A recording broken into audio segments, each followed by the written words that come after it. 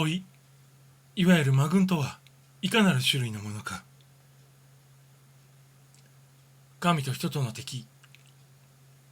我らの使命に対して絶えず反抗的態度を取りつつある有力なる悪霊の集団がそれである。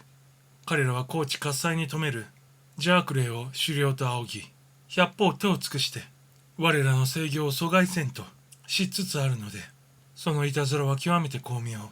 その行動は甚だ敏捷。巧みに我らの事業を模倣し、ひたすら迷える者の関心を買うべく努めるから、その電波力、感染力は驚くべく強大である。彼らは神の敵であると同時に人類の敵である。善の敵であると同時に悪の使徒である。我らは彼らに対して永遠の戦を交えつつある。問い。さまで強力なる魔軍の存在することは、意外の感に絶えない。世に悪の存在を否定する論者もあるではなきか。悪霊の存在。善を捨てて悪に走るほど慨嘆すべきものはない。汝は優勢なる魔軍の存在を不思議に思うらしいが、事実はその通りであり、しかもそうは業も怪しむに足らぬ。魂は地上生活そのままの姿で悲願に歩み入るのである。その趣味、交渉、習慣、反感など生前死後を通じて業も変わるところがない。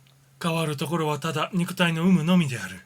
地上にあって趣味低く、そこを収まらざる者は地の世界を逃れたとて依然として旧体を守り、これと同様に地上にありて品性の高潔なる者、思想の確実なる者、向上心の強き者は死後において決して悪魔の徒弟とはならない。汝がこれ式の真理を得得せぬこそむしろ意外である。すべては厳然たる因果の理法の現れで、金はあくまで金、鉛は最後まで鉛である。魂の品質は決して一朝一夕の所産でない。そうは霊性の中に織り込まれたる綾であり、模様であり、両者を切り離すことは到底不可能である。中んずく恐るべきは習癖の打力である。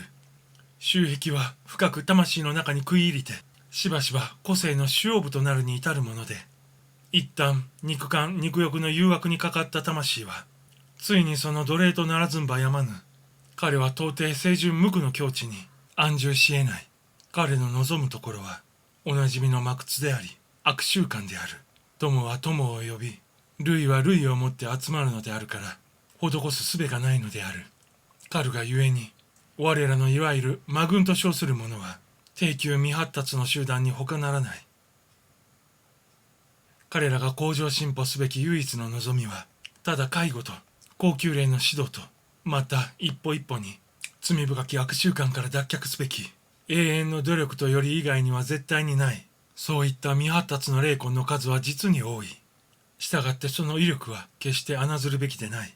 かの悪の存在を否定し、有力なる魔軍の存在を否定するがごとき思想は、実に人類を誘惑せんがために構造されたる悪魔の還元と思考すべきである。問い。魔軍にも一人の支配者があるか。すべては深海の統治か。魔軍の棟梁の数は多いが、神学者の衝動するがごとき大魔王といったものは存在せぬ。すべての魂はその善良たると悪霊たるとを問わず、ことごとく深海の統治下に置かれている。表釈。本書を解くところは大体平明で穏健であるから、さして表釈の必要もないと思うが、初学者のために念のために2、3の注意を試みることにする。新人の出現の浄化において数十年前に予言されたことが、現在においていよいよ地上に出現しつつあることは驚嘆すべきである。今や世界全土にわたりて普及しつつある心霊運動の前には何者も抵抗すべくもない。世界で一番後回しになった日本国でも、もはやその傾向が顕著になった。欲にはここ両3年の努力で日本をして、この運動のトップを切らせたいものである。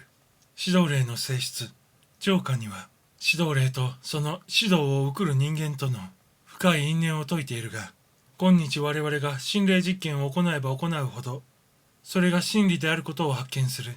与うるものと与えられるものとは、常にぴったり心の波長があったものである。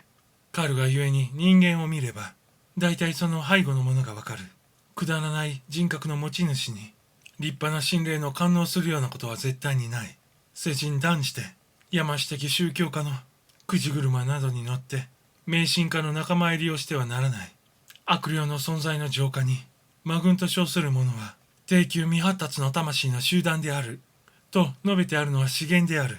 悪とはつまり不完全、または未発達の代名詞で、純粋の悪霊そのものは存在せぬ。どんな悪霊でも最後には皆浄化し美化し善化する。したがってどんな悪霊でもことごとく神の子であり深海の統治下にあるのである。抽象的の善玉悪玉の永遠の相当のごとき思想は一時も早く排斥すべきである。同時に霊界を一つの正常無垢の理想郷と考えることもまたとんでもない瞑想である。霊界は限界と同じく玉石混交の差別の世界で寸刻の油断もできない。これを知らずに有名交通をするからそこに多大の弊害が起こるのである。諸学の死は最初なるべく学識経験の積んだ指導者に尽きて社会の消息に通ずべく心がけるのが安全であろう。